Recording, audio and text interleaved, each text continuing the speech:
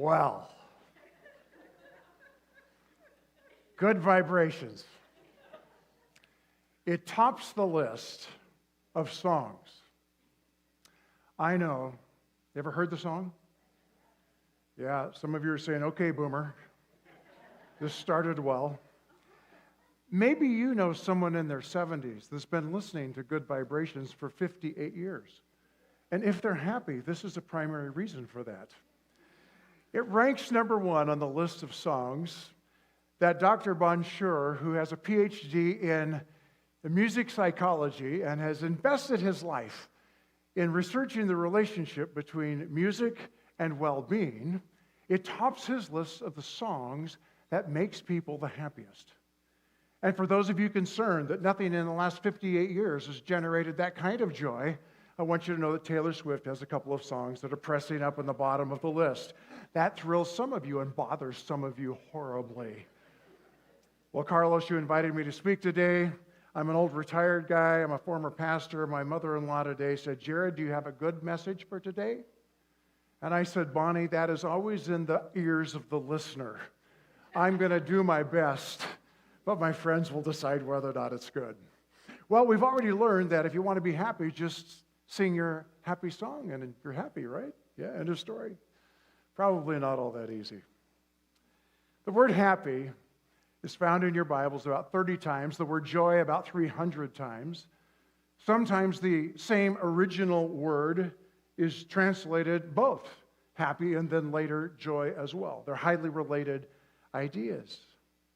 So let's consider a common research definition of happiness. It's this. Happiness is enjoyment, satisfaction, and purpose in life. Would you mind reading that out loud with me? Enjoyment, satisfaction, and purpose in life. Kind of sounds like joy to me. How about you? Yeah. I was drawn to Paul's insights about joy in the book of Philippians, this book that's often called the book of joy. It was written out of his own Philippi story, which was anything but fun. You remember he was beaten, shackled, thrown in prison, let go, and then re-imprisoned. And now, in fact, he's writing this book of joy from a nasty Roman cell. He understands what it is to have tough stresses in life, but he also understands what it is to, well, these are his favorite words in the book: joy, peace, and content. I'm getting to build on the great messages from Ann and Carlos just the last couple of weeks about anxiety and stress. In fact, Ann spoke out of the first part of the passage we're looking at today in Philippians chapter 4, and I'm simply building on their foundation and extending it a little bit further. If you haven't heard those messages, please do. Last week, Carlos giving us that beautiful story of women that were engaged with Jesus and deciding out what the priorities of life really were. What a great message. Thank you, Pastor. But I'm going to invite you to consider with me again in Philippians chapter 4 these words. Paul is going to blaze a trail for us from anxiety, a very non-happy emotion, toward peace, and then beyond. Here we go. Do not be anxious about anything, but in every situation, by prayer and petition with thanksgiving, present your requests to God. And the peace of God, which transcends all understanding, will keep your hearts and minds in Christ Jesus. Finally, brothers and sisters, whatever's true, whatever's noble, whatever's right, whatever's pure, whatever's lovely, whatever's admirable, if anything is excellent or praiseworthy, think about such things.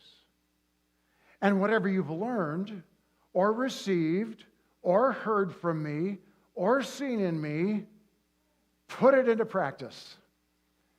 And the God of peace will be with you. So here's our foundation. Paul finds us in anxiety, and he says, I'm going to give you a pathway toward peace. In your anxiety, pray, invite God in. Thank Him for caring for you in that. And now think, not fear, but faith-filled, aspirational kinds of thoughts, and then go out and act in ways that are consistent with those faith-filled thoughts. And the result will be, say it with me, it'll be peace. You'll have peace in your emotions, you'll have peace in your thoughts, and you will experience that moment of life in awareness that you are in the presence of the God of peace. So Paul, who is suffering in prison, is giving us a pathway forward. I decided to take Ann and Pastor Carlos's advice the last couple of weeks. So I did a little audit of my social and news media intake. And do you know what I discovered? I was exposing myself to a get-fat diet of highly processed information, much of which did not meet our criteria today of true, noble, right, pure, lovely, admirable, excellent, or praiseworthy. Well, if you want to radically get off of highly processed diet, then you want some media caloric deficit training, and I went into that. I want you to know that I'm a 2-week survivor of that. Yes, I'm still here. Some apps deleted, feeds canceled, some channels blocked, some conversations ended, because frankly, if I have a choice about it, and apparently I do, I would rather live in peace than constant irritation. How about you? Peace at last. But let me ask you a question as now we extend and move further into what Paul is giving us here as a pathway forward. It's not a trick question. It has a simple and easy answer, but be thoughtful. Is peace happiness? And most of us would say no. Those are distinct ideas. Which is what intrigues me about Paul's pathway for us, because I think where he's taken us is starting with anxiety, and he's raised us to a place of peace, which now becomes a foundation to have an either further experience. Notice what he writes as he continues. From prison, I have learned to be content whatever the circumstances. I know what it is to be in need. I know what it is to have plenty. I've learned the secret of being content in any and every situation, whether well-fed or hungry, whether living in plenty or in want. Paul learned contentment. He earned street cred. It worked for him even in prison. I have learned. And if Paul can learn it, we can learn it too. Now, you can't alter history. Some of you have come today with some very loose ends. I understand that. It may have been an injustice that happened for you this morning. It may have been one that happened for you many years ago. Maybe you've processed that even with forgiveness, and you've genuinely extended forgiveness, but that doesn't alter history. The wound has healed over, but it's left scars, and maybe that scar tissue is both hard and still a little tender. Listen, we understand. Paul did as well, and all the injustices that he faced. You can't change history, but you can change your perception of it. Again, our definition. Happiness is enjoyment, satisfaction, and purpose in life. I think Paul is taking us to a place that approximates that. I won't bore you with a long history. I'm old, and so I have a lot of stories, and they go way, way back. But for a variety of reasons, about 20 years ago, I became a student of joy and well-being and happiness. And more recently, in that study, I've gained some insights from Arthur Brooks' most recent book called The Art and Science of Being Happier. And in that, he quotes Viktor Frankl. Many of you would be familiar with him, a Holocaust survivor. And Viktor Frankl writes these words. They're profound. Maybe you've heard them. Everything that can be taken from a man but one thing, the last of the human freedoms, to choose one's attitude in any given set of circumstances, to choose one's own way. Now, I can't approve that, but I can make it briefer in a summary. You can't choose your emotions, but you can choose your reactions. Frankl goes on to say, between stimulus and response, there is a space. In that space is our power to choose our response. And in our response lies our growth and our freedom. Roll that back now 2,000 years ago. Truth is truth, regardless of when we heard it, into Paul's life. And we'll ask the question, so what was Paul's stimuli? Well, they were beaten, shackled, imprisoned, unjustly treated. What were his responses? Joy, peace, and contentment. Curious people ask, what did he do in the space between the two? I'm glad you're curious. I've thought about that. As a physician, Dr. Frankl understood the basic structure of the brain. He knew that the brain stem is way in the back. It's the first to get loaded.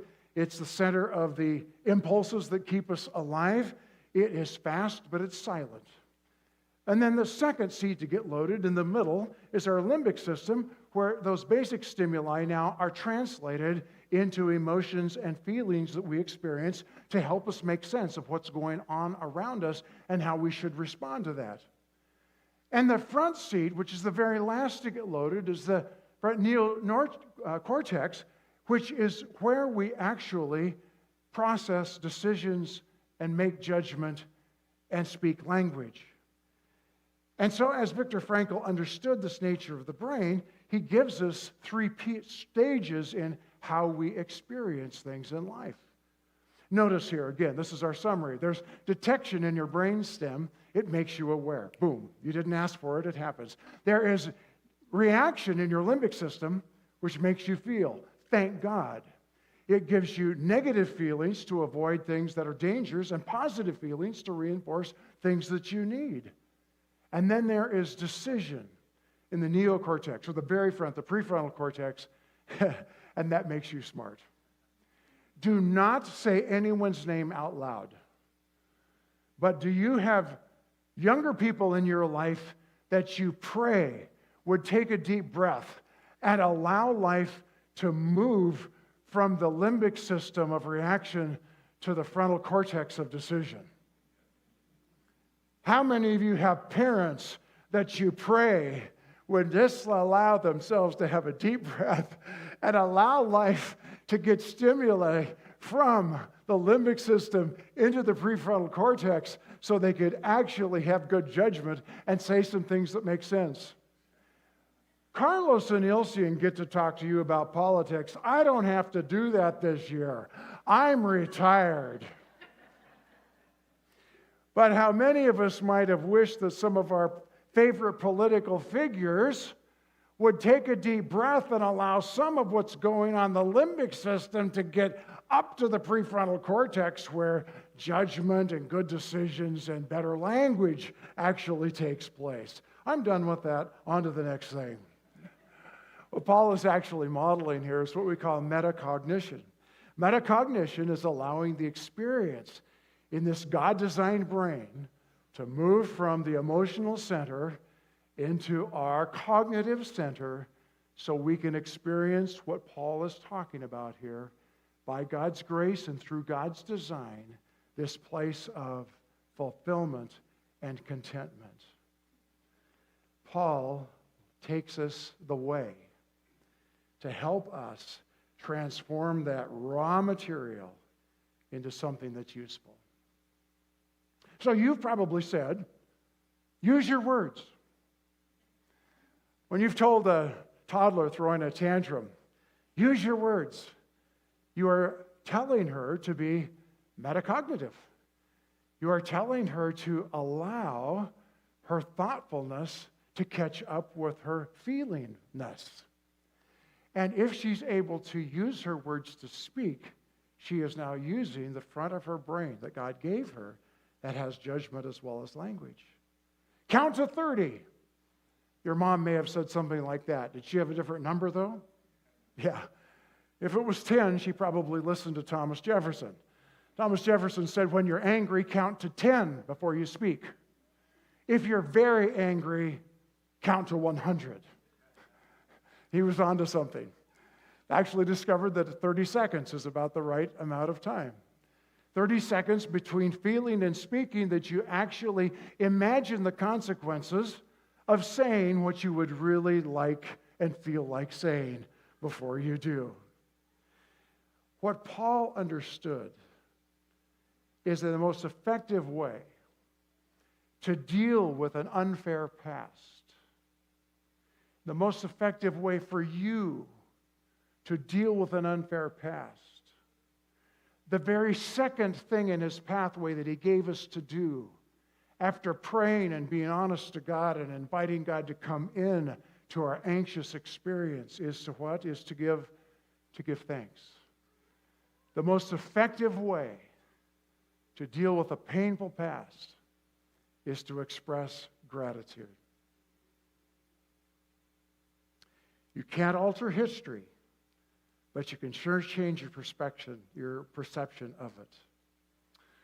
What Paul calls self-control, this part of the fruit of the Spirit, it works. And I want you to kind of have some fun with me by answering this question: what is it in God's designed brain for us that makes this work for us? So what I'd really like to do is to talk about your favorite drug today, caffeine. It's by far the most favorite drug in our society. When you drink caffeine, it very quickly enters your brain, and when it goes into your brain, it competes with a chemical called adenosine. Now, adenosine is a neuromodulator that sends a signal from one part of your brain to another to tell you how you should feel. So adenosine is shot from one neuron, and it is looking for another neuron that has a receptor that is perfectly designed to accept the adenosine molecule.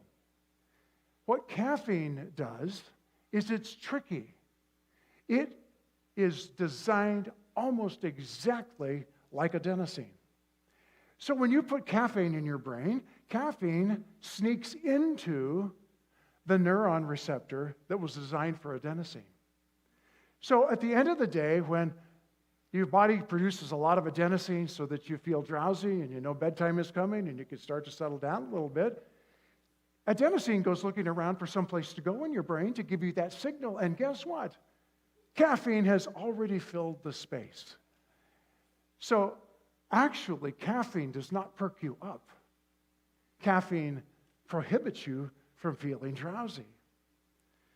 Now, all of that for this reason. I think caffeine is a wonderful metaphor for self-regulation. Here is the magic. Because we know that gratitude is the most effective way to deal with a difficult past, we've learned that we don't have to accept the first emotion that our limbic system gives us. That first emotion that you feel is just a suggestion. You can choose another emotion that better serves you instead.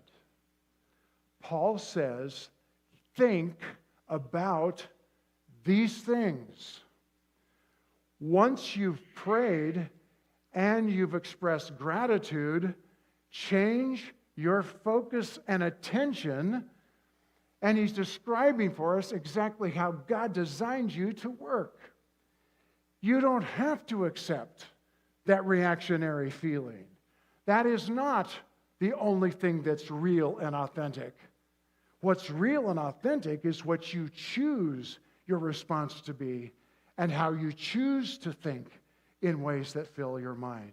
What we've learned is this: gratitude is your most powerful tool to downregulate an unhelpful emotion. So when I get cut off in traffic, my brain helps me immediately. I get a signal, I emote, my amygdala is fired up, I am ready to fight, or at least insult the other driver. And in that moment, I can choose to be thoughtful and actually to replace that suggested emotion of anger with something that is more helpful. You know this about gratitude. You know how powerful it is. You know that studies that have been done where one group of people have been asked to be grateful for something, and another group of people have been asked just to think about something else. That the gratitude-thinking people experience more than 5 times more emotional, positive experience than those who don't. It will almost immediately change your experience. Gratitude changes a lot more.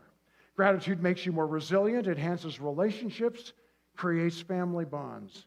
Gratitude improves blood pressure, immune system, and diet. Gratitude makes us more generous, more patient, and less materialistic. Gratitude generally generates good moods, good sleep patterns, and less depression. Here it is. Gratitude is linked to, no surprise, enjoyment, satisfaction, and purpose in life. Paul was inspired to give us a pathway. So gratitude makes you happy. Here's a little bonus before the band comes back. How about going from happy to even happier? We've discovered that there are 4 happiness pillars that, added to gratitude, boost happiness even more. Here they are, they're coming up. Faith, family, friends, and work. Or for old retired people like me, I call it contribution. I don't get paid, but I'm still supposed to be helpful. Would you read those 4 core words with me? Faith, family, friends, work. I found across my life that, given different life contexts and seasons, I need to recalibrate how I make and fulfill commitments to those 4 life domains. Especially as retirement, most recently, I thought about how am I going to support these commitments in my new context? Maybe your life is in some transition or some flux. Maybe it's a change of context that you've experienced or in the middle of or about to, and I invite you today as we begin to be thoughtful and retrospective is to think about where is my life now and what adjustments might I want to make to support these major pillars of my life. Faith. How am I doing in growing with Jesus? That can be an objective answer, you know. You can actually describe that in terms of appointments. A time and a place with a certain set of activities. Of course, the cross of your day, or of course, the cross of a week where you engage in growing with Jesus. Carlos last night began, centered, and ended with a story of 2 women, friends of Jesus, relating to him in different ways. And Jesus said to one of them, "You've chosen the best way." Because it didn't only make the list. Faith is the first and foremost. Family. How am I nurturing primary relationships? That's really changed for me in the last couple of years of my life. Once in a while, I list my major roles. I am a son-in-law, a husband, a dad, a grandfather. I am a sibling, I'm a cousin, I'm an uncle, I'm a great uncle, and then I put names with each of those roles. And then I ask myself, what do I want to do and put in my calendar to intentionally nurture those relationships? How about friends? How do I invest in my friendships? I like to think about my life in tenses, future, present, and past. And so I ask, what am I doing to initiate the new and to nurture the now and to sustain the old? And then work. How do I make meaningful contribution? This is the stewardship of our gifts and callings that God has given us. We're responsible for those. Ann and I often, early in the day as we travel and hike and play and meet new people, we ask the question, how are we going to love the ones we're with? today. Well, legendary basketball coach George Reveling said, I begin each day by asking, George, you've got two choices today, to be happy or happier. Which will it be? What if we asked ourselves a few times a day, what can I express gratitude for right now? Paul understood how to move from anxiety to peace to well-being, and we learn from him to get peace. We pray, we give thanks, we think well, we act well. To get happy, he showed us the path to be joyfully content. And to be very happy, we understand to focus on family, faith, friends, and work. We started with Jesus, who said, I want you to have life and have it to the fullest.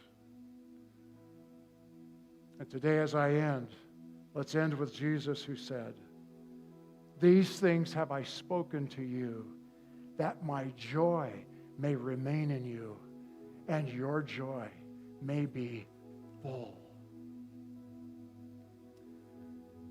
Each morning I remind myself of these three affirmations. The questions I asked may be helpful for you as the band leads us in a couple of just wonderful songs that are going to create for us an environment that's safe. It's one full of forgiveness and love, and one in which we can be honest with God and the moving of God's Spirit to speak to us and to guide us. I say these things. I say, I am grateful. And then I say, I do not waste my time on what I cannot control. And then I say, I prioritize happiness pursuits, faith, family, friends, and contribution. And I leave you with the questions I asked. So what am I grateful for right now? What will I walk away from? And what will I do? As we do today, and as we sing, as we reflect, I invite you to respond to Jesus' favorite and perennial and consistent invitation. Come follow me. Refresh your commitment to follow him, or for some of you today, for the first time, engage your commitment to follow him. And engage your commitment to follow him with gratitude. Would you stand? Let's sing.